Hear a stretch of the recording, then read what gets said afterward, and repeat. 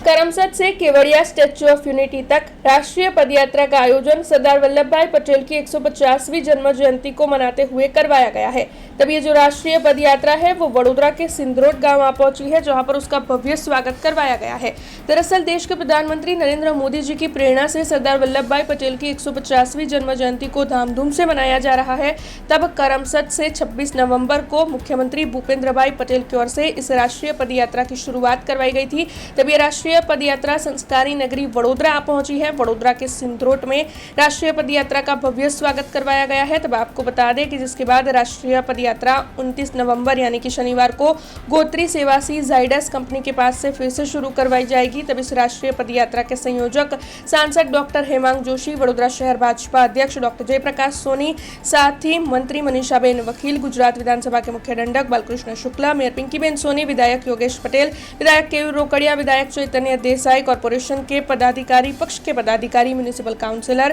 कार्यकर और साथ ही शुभेच्छक बड़ी तादाद में जो है वो इस राष्ट्रीय पदयात्रा में शामिल होंगे। तब आज इस मुद्दे पर ज्यादा जानकारी देने के लिए एक पत्रकार परिषद बुलाई गई थी। ऐसे में आपको बता दें कि ये जो यूनिटी मार्च राष्ट्रीय पदयात्रा है उसका वडोदरा शहर में जब परिभ्रमण होगा तब उस दौरान 29 यानी कि कल शनिवार को अंतर्राष्ट्रीय ख्याति प्राप्त कलाकार कीर्तिदान भाई गढ़वी का भव्य लोक डायरा भी नवलखी मैदान पर आयोजित होगा और साथ ही अन्य कई कार्यक्रम आयोजित होंगे, जिस बारे में आज की इस पत्रकार परिषद के तहत ज्यादा जानकारी दी गई है। की भावना को मजबूत रखना है तो उसका प्रतीक कोई व्यक्ति है तो सरदार वल्लभ भाई पटेल है। नरेंद्र भाई मोदी ने इसी भाव को देश की एकता और अखंडता का तीर्थ जो है वो नर्मदा सरोवर पर खड़ा किया है। और आज देश की एकता और अखंडता का भाव हर देशवासी में आए,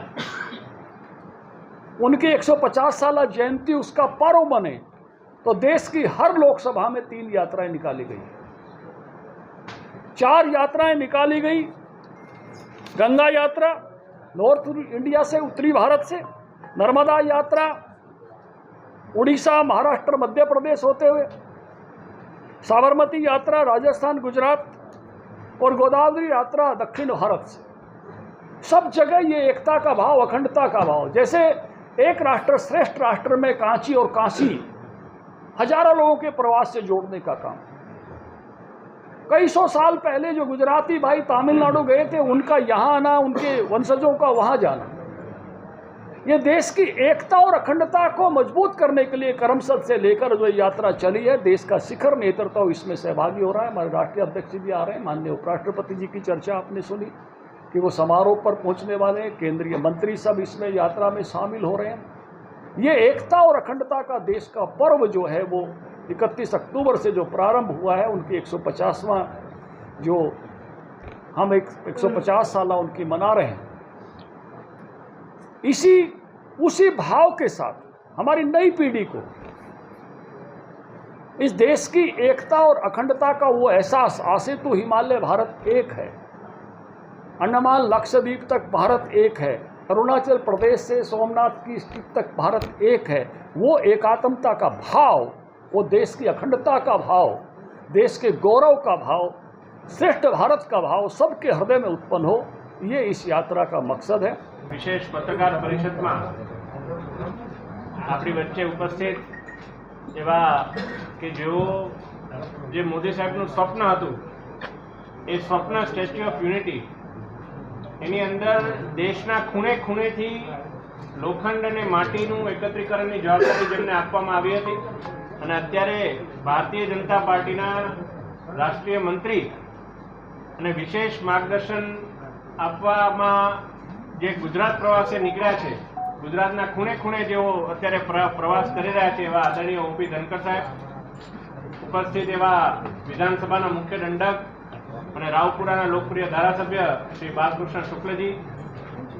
વડોદરા મહાનગરના અધ્યક્ષ એવા ડોક્ટર જયપ્રકાશ સોનીજી, અકોટા વિધાનસભાના લોકપ્રિય ધારાસભ્ય એવા ભાઈ શ્રી ચૈતન્યભાઈ દેસાઈ, પૂર્વ સાંસદ બેન શ્રીમતી રંજનબેન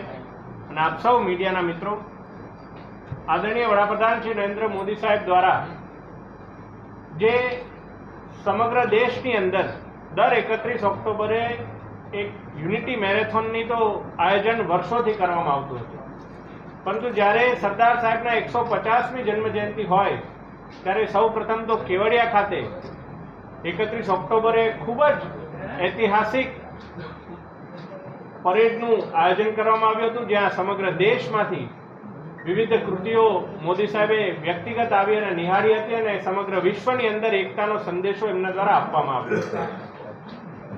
ત્યારબાદ 26 નવેમ્બરથી 6 ડિસેમ્બર સુધીની રાષ્ટ્રીય યુનિટી માર્ચ,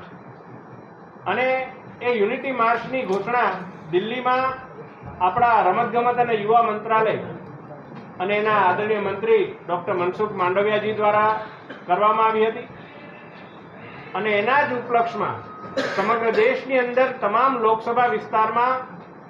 આવી યુનિટી પદયાત્રાઓ એક પ્રતિકાત્મક રૂપે નીકળી હતી. પરંતુ જ્યારે ગુજરાત સરદાર સાહેબનું પોતાનું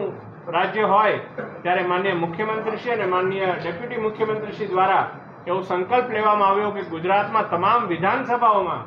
આ पदयात्राओं आयोजन थशे। हमसे जुड़े रहने के लिए हमारे YouTube चैनल को सब्सक्राइब करें और नई वीडियो की नोटिफिकेशन के लिए बेल आइकॉन को दबाएं।